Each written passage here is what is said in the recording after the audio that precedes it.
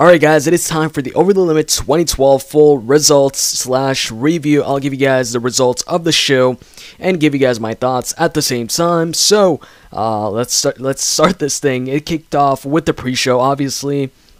You had Kane versus Zack Ryder. Pretty quick match. The match lasted around, I'd say 6, maybe 7 minutes or so. But in that, short amount of time, Zack Ryder got a lot of offense in it. It wasn't a squash match at all.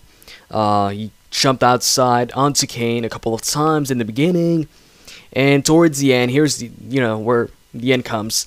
Zack Ryder goes for the Rough Rider, but Kane catches him by the throat and hits the choke slam for the win. And that's it for the pre-show, basically, when it comes to the match. Right after, you have backstage E Torres with Santino and Cody, and she announces that they're gonna have a People Power Battle Royale, where a bunch of wrestlers are gonna fight. On the winner of that Battle Royale will get to choose which champion to face later on that night, whether it be the IC champion or the US champion. They had the choice between Santino or Cody. So right after, the guys started coming out, making their entrances. You had guys such as Ezekiel Jackson, Drew McIntyre, Kurt Hawkins, Titus O'Neil, Darren Young, Michael McGillicuddy. I'm not going to name them all. It was a bunch of people. Now, the most important one, and the big return here, is Christian. Christian was the last entrant. Well, this isn't a Royal Rumble, but he was the one with the last entrance, coming out last. Actually, William Regal was, in the Rumble, in the Battle Royale too. So I was pretty, happy about that. Christian came back, and it looked like he was a face. I don't know, just the way he made his entrance. Didn't flaunt too much or anything. I assumed, okay, looks like Christian's back as a face. I don't mind, I like Christian both as a face or as a heel. The only thing I will miss, though, is him asking for one more match. Well, hey, he won this Battle Royale. The Battle Royale kicked off the show. They had the entrances during the pre-show, and right at the start of the show, the Battle Royale kicked off. And Christian won the match, so he got one more match, not for the World Heavyweight Championship though, but for the, actually he said right after he won the championship, he pointed to Santino, kind of indicating that he's choosing Santino, aka the United States Champion, to face later on that night to possibly win the championship there. And that's it for the match. Towards the end, actually, I'll go into a little bit more detail here. The ending came where you had The Miz and David Otunga and Christian. Those were the last 3 guys in the freaking Battle Royale. Miz and David Otunga decided to double team Christian. Right there, I knew, okay, it's 100%, 110% sure now that Christian is a face, not a heel. So they double team him. They fail. Christian ends up getting the victory, and is supposed to challenge Santino Marella later on that night. And afterwards, you had the Tag Team Championship match. That was Dolph Ziggler and Jack Swagger versus R-truth and Kofi Kingston.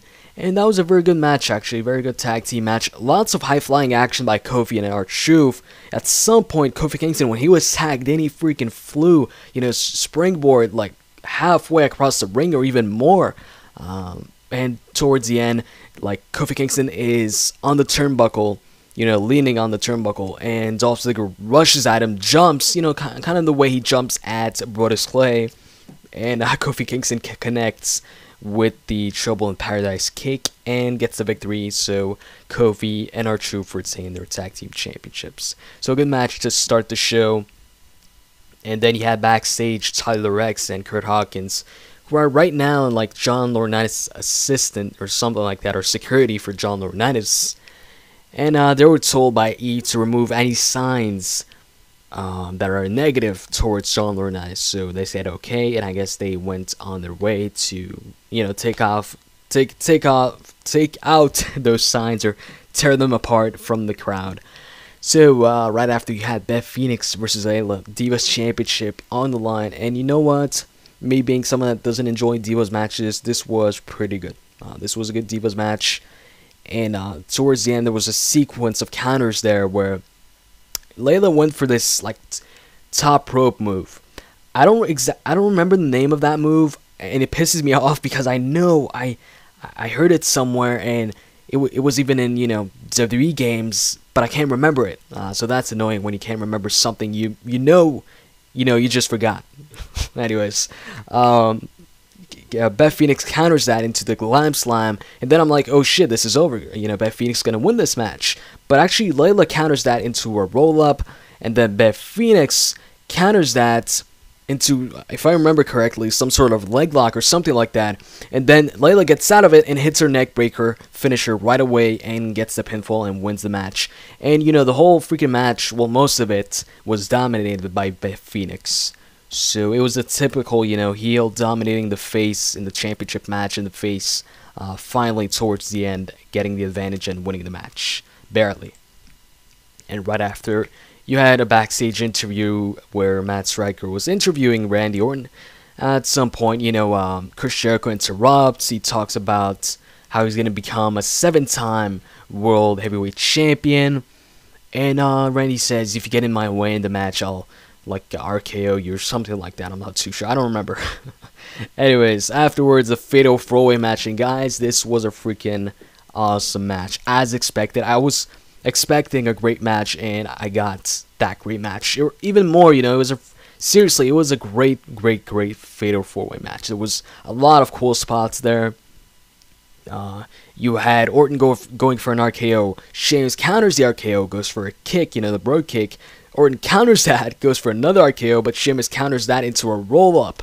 So that was a cool sequence there. At some point, you had Randy, he had Del Rio and Ricardo Rodriguez in the second rope DDT, and he hit it on both of them at the same time.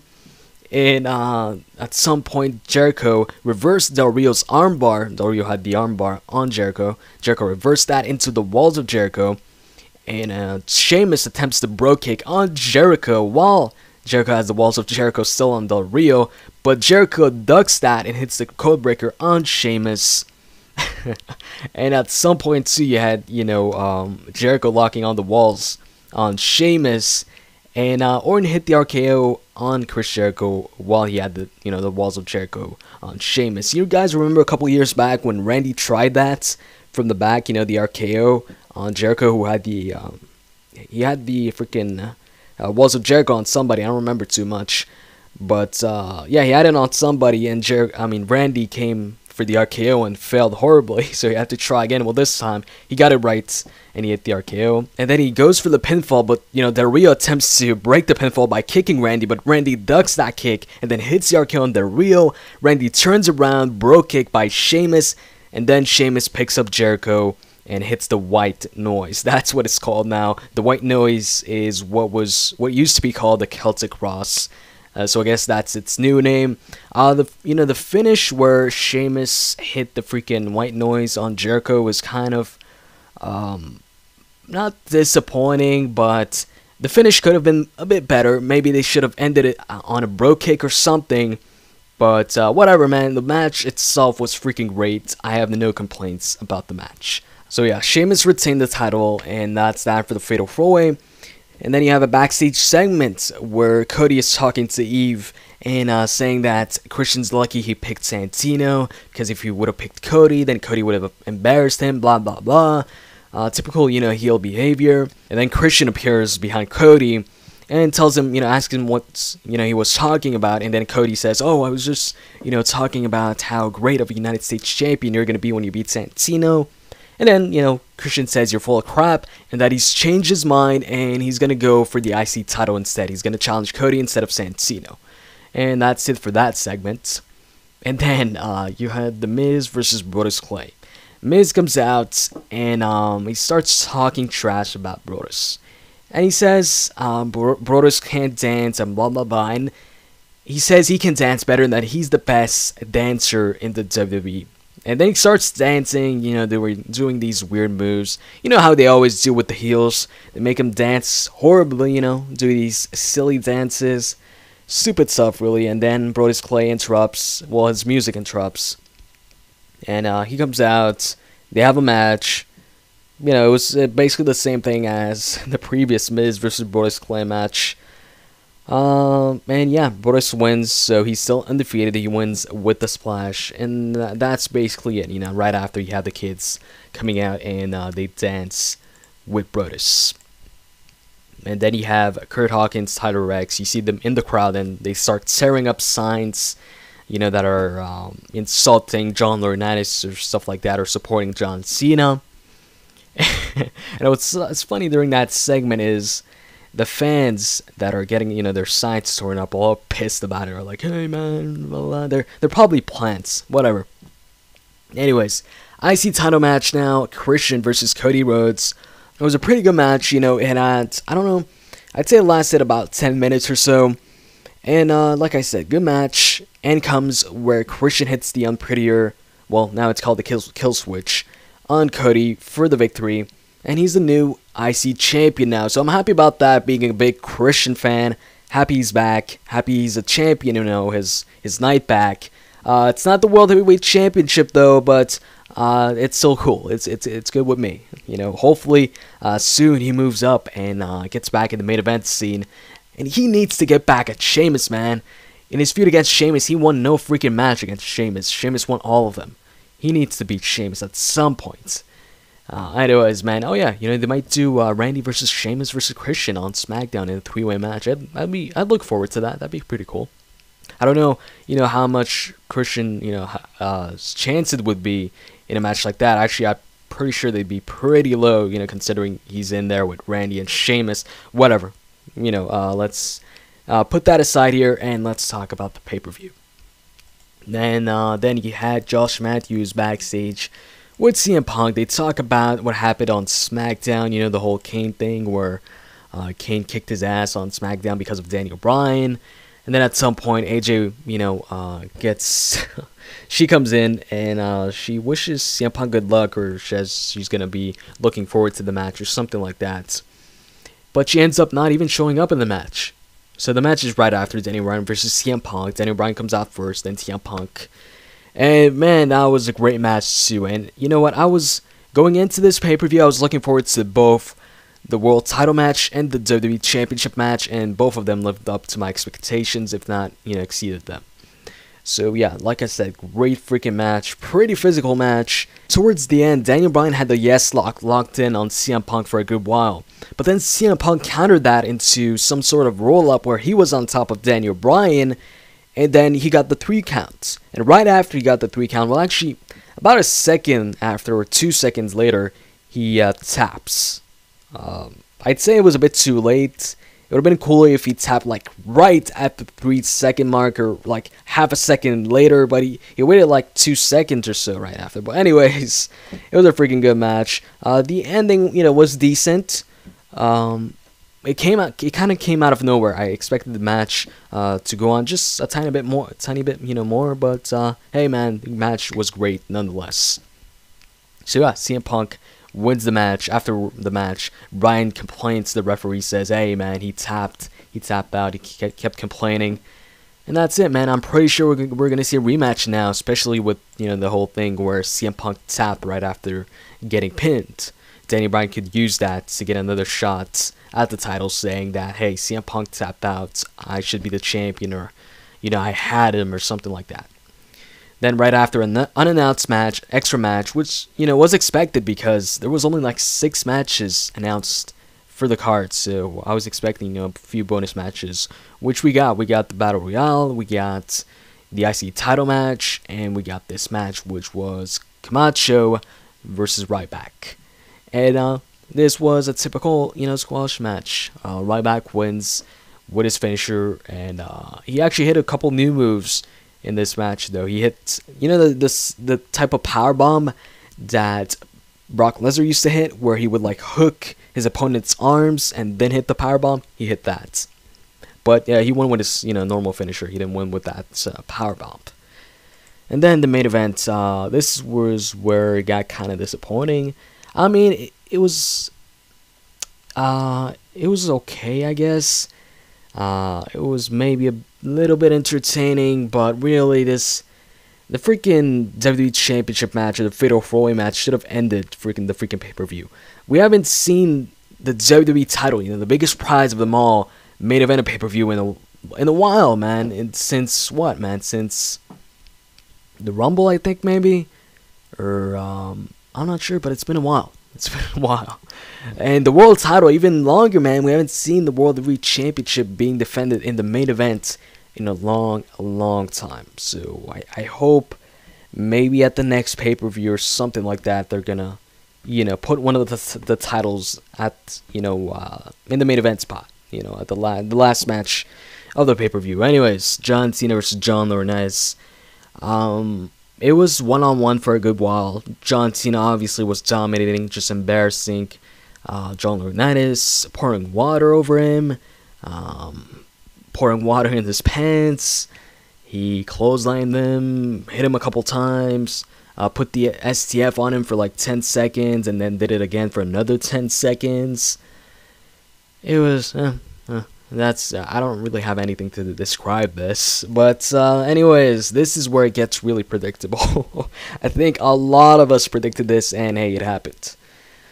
Big Show came out because at some point in the match, well, actually, John Laurinaitis got the advantage in the match at some point. He hit John Cena's arm on the barricade or something like that, and then he started hitting John Cena with a steel chair. But at some point, John Cena turned it around, and then at some other point, John Laurinaitis tries to get away. He runs through the crowd and just leaves.